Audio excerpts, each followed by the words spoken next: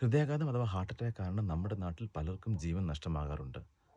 ഹൃദയാഘാത ലക്ഷണം ശരിയായി മനസ്സിലാക്കാത്തതിനാൽ ചികിത്സയും വൈകുന്നുണ്ട്. ഹൃദയാഘാതത്തിൻ്റെ മുഖ്യമായ ലക്ഷണം നെഞ്ചുവേദനയാണ്. നെഞ്ചിൻ്റെ നടുഭാഗത്തായി വരിഞ്ഞു മുറുക്കുന്ന പോലത്തെ ഒരു വേദന ഉണ്ടാകാം. പലപ്പോഴും നെഞ്ചിൽ എന്തോ ഭാരം കയറ്റി വച്ചിരിക്കുന്ന പോലെ തോന്നാം. ഇതേ വേദന താടിയിലേക്കോ ഇടത് തോളിലേക്കോ വലത് തോളിലേക്കോ ഇടത് കൈയിലേക്കോ ഒക്കെ വ്യാപിക്കുന്നത് പോലെ തോന്നാം.